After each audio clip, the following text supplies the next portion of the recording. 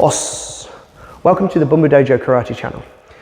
So today, despite my heavy cold, I'm going to be running through the requirements needed once we pass single techniques.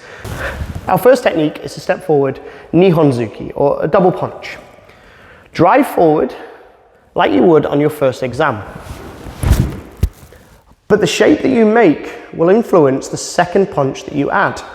So if the stance is wide enough, you can send out that reverse hand with a little bit more power than you would if you just landed in a one-line stance. Also, the knee will not wobble about.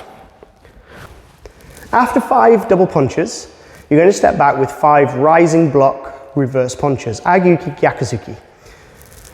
Use your front leg to drive into your back leg, creating a bend that's going to be the building block of your stance. Lift your front hand for preparation, and then step back into your stance, showing the examiner that you have the width and shape to create a powerful reverse punch. After 5 rising blocks, it's time for the outside to in block. Again, adding the reverse punch. So just because you're going round with the hands, do not match it round with the legs.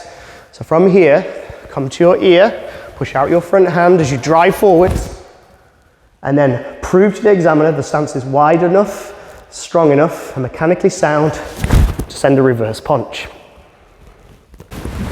After 5 outside blocks, it's time for an inside block. So you pull back the reverse punch to your reverse hip at the same time as pushing out the front hand. Push into the back leg at the same time and squeeze back into your into your inside block, and then add your reverse punch. Again, demonstrating that your stance was wide enough to turn the hips without any of your knees wobbling.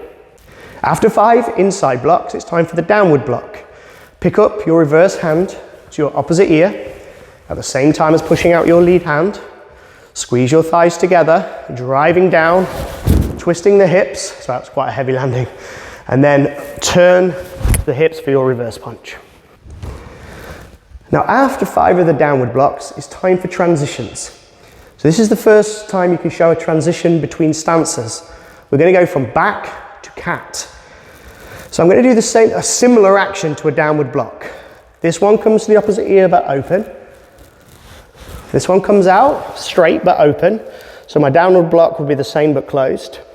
I push and squeeze, but this time I'm in my back stance.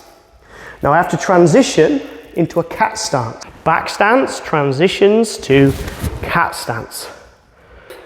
Back to cat stance. You'll be asked to go back to your front stance, make a guard ready to front kick, front punch. So from here, normal front kick, try not to make it go too high, be controllable. Kick behind, lift the knee, front kick, and try and time a lunge punch upon the landing of the kick. So I kick, lunge.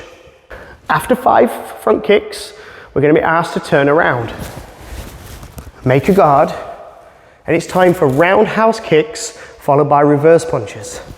Remember from our previous video that all roundhouses exist behind the player in basics.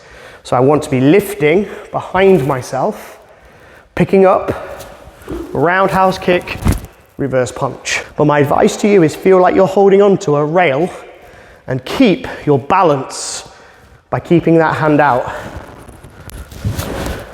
So use your reverse hand as a guide to go through that section. The final part of the examination is a different type of transition.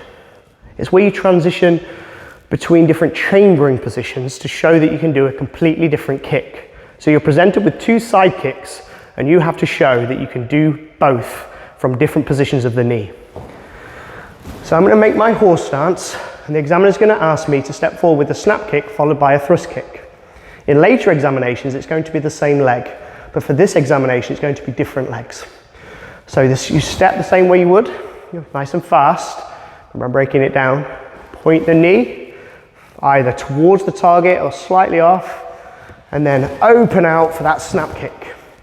Now I'm going to move back because I won't fit it in, but once you've done the snap kick and got the knee in the right position, it's important to turn around fully in order to chamber the kick differently.